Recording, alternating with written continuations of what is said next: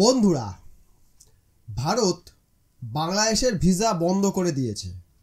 এই নিয়ে বাংলাদেশিরা ভারতকে অনেক কথা বলেছে। ভারত ইচ্ছাকৃতভাবে ভিসা বন্ধ করছে, ভারত বাংলাদেশকে দেখে জ্বলে, তাই তারা ভিসা বন্ধ করে দিচ্ছে।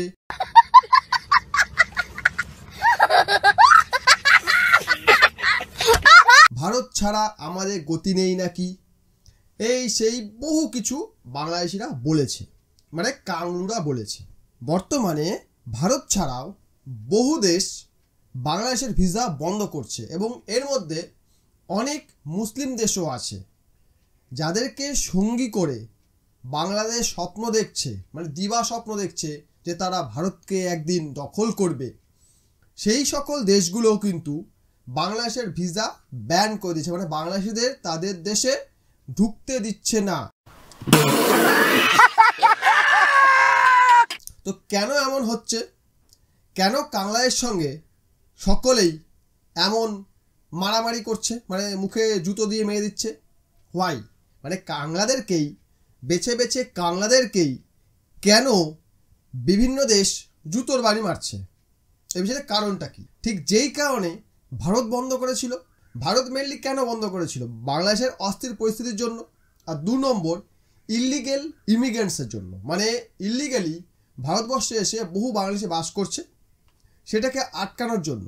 কারণ বহু মানুষই মনে করেন যে সকল বাংলাদেশিরা ইলিগালি ভারতবর্ষে বাস করছে তারা প্রত্যেকেই কাঁটাতার টপকে অর্থাৎ বর্ডার টপকে এদেশে এসেছেন। কিন্তু বাস্তবটা সম্পূর্ণ আলাদা। বাস্তবটা হলো বিভিন্ন দেশে ঘুরতে যাওয়ার নাম করে বাংলাদেশিরা ওই দেশে স্থায়ীভাবে বসবাস শুরু করছে, ওই দেশে চাকরিজীবীদের চাকরি খাচ্ছে, ধীরে ধীরে ওখানে বাসিন্দা হয়ে উঠছে, তারপর ওখানে পার্মানেন্ট ডকুমেন্টস পেয়ে যাচ্ছে এবং ওই দেশেই বাস করা শুরু করছে এবং ধীরে ধীরে ওই দেশের সংস্কৃতিকে বিকৃত করার চেষ্টা করছে। মানে ওখানকার যা কালচার, সেই কালচারটাকে ধ্বংস করার চেষ্টা করছে এই ইলিগালি বাংলাদেশিরা। ঠিক এই কারণে কিন্তু ভারতও ভিসাটা বন্ধ করে দিয়েছিল। কারণ যে সকল বাংলাদেশি মেডিকেল ভিসা নিয়ে ভারতবর্ষে ঢুকতো এবং ট্যুরিস্ট ভিসা নিয়ে ভারতবর্ষে ঢুকতো, তাদের মধ্যে 99% বাংলাদেশি রিটার্ন যেত না। 1% হয়তো হবে যারা শিক্ষিত, মার্জিত, সভ্য, নিজের দেশের প্রতি সম্মান রাখে, তারা হয়তো ব্যাক করতো। বাকি 99% বাংলাদেশি কিন্তু এদেশে রয়ে যেত। শুধু ভারতবর্ষ নয়, ভারতবর্ষ ছাড়াও তুরস্ক, ইউএই, সিঙ্গাপুর, কম্বোডিয়া, মধ্য এশিয়ার যে সকল দেশগুলো রয়েছে এবং সম্প্রতি ভিয়েতনাম বাংলাদেশিদের ভিসা পুরোপুরি বন্ধ করে দিয়েছে। ইউএই তো বহুদিন আগেই বন্ধ করেছে। রিসেন্টলি তারা পাকিস্তানের ভিসাও বন্ধ করেছে, কারণ ওখানে গিয়ে তারা ভিক্ষাবৃত্তি করছে, ওখানে গিয়ে তারা মানুষের বাড়িতে চুরি করছে, ছিনতাই করছে এবং বিভিন্ন অসামাজিক কার্যকলাপ তারা ঘটাচ্ছে। ওখানে অপরাধের সংখ্যা বেড়ে যাচ্ছে এই বাংলাদেশিদের কারণেই। সেই কারণে ইউএই এবং সেই সঙ্গে সৌদি আরব কিন্তু বাংলাদেশিদের ভিসা বন্ধ করে দিচ্ছে। সৌদি আরব পুরোপুরি বন্ধ করতে পারছে না, কারণ সৌদি আরব হলো ইসলামদের একটি বড় জায়গা, পবিত্র জায়গা। সেই কারণে ওখানে বহু মানুষ ধর্মের কারণে ভিসা নেয়। সেই কারণেই কিন্তু সৌদি আরব পুরোপুরি বন্ধ না করলেও বাংলাদেশি এবং পাকিস্তানিদের ওপর কড়া নজর রাখছে। স্পেশালি এই দুইজনের উপর নজর রাখা হচ্ছে, কারণ এই দুটি হচ্ছে পাজির পায়জামা।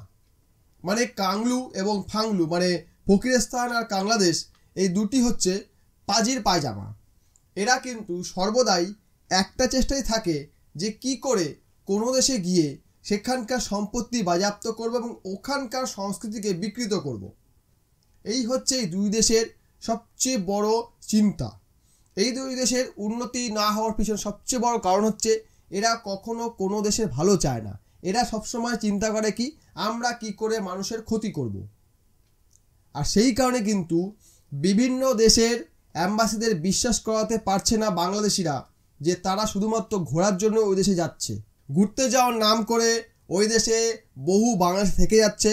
এই কারণে কিন্তু ভিসাগুলি বিভিন্ন দেশ বন্ধ করে দিচ্ছে এবং অতীতে হয়তো আমরা দেখব পুরো পৃথিবী হয়তো বাংলাদেশিদের জন্য তাদের দেশের দরজা বন্ধ করে দিচ্ছে। এটা খুব শীঘ্রই হতে পারে। একমাত্র পাকিস্তান ও বাংলাদেশ এই দুটি ফাঁকা থাকবে। এই দুটি একে অপরের দেশে যাবে। দুটি শালা ভিখারি, এক ভিখারি আরেক ভিখারির কাছে গিয়ে ভিক্ষা চাইবে। বিদেশে কাজ করতে যাওয়ার নাম করে ওখানে থেকে যাচ্ছে কাঙ্গারা। বিদেশে গিয়ে বিভিন্ন কুকর্ম করছে, অপরাধমূলক কাজ করছে, সন্ত্রাসমূলক কাজ করছে, যার ফলে কিন্তু বহু দেশ ভিসা দিচ্ছে না কাংলাদের। ঘুরতে গিয়ে ওখানকার পার্মানেন্ট রেসিডেন্ট হয়ে যাচ্ছে, যার ফলে বহু দেশ তাদেরকে ট্যুরিস্ট ভিসা দিতে চাইছে না।